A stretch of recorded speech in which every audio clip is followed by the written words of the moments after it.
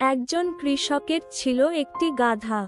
গাধাটি প্রতিদিন মালপত্র টানত এবং খুব পরিশ্রম করত, কিন্তু সে ছিল একটু বোকা ও গর্বিত। একদিন গাধাটি ভাবল, আমি এত ভারী জিনিস টানি, নিশ্চয়ই আমি অনেক শক্তিশালী। আমি যদি জঙ্গলেই থাকতাম, সবাই আমাকে ভয় পেত। সে মালিককে না জানিয়ে জঙ্গলের দিকে পালিয়ে গেল। জঙ্গলে গিয়ে সে একটি সিংহের চামড়া পরে থাকতে দেখল। সে সেটি গায়ে জড়িয়ে নিল এবং ভাবল, এখন আমি দেখব সবাই কেমন ভয় পায়। সেই চামড়া পরে সে গ্রামের দিকে গেল।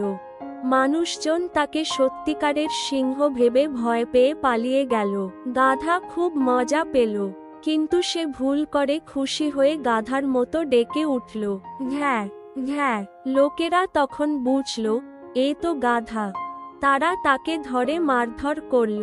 নীতি শিক্ষা: ভান করে বড় হতে চাইলে একদিন ধরা পড়তেই হয়।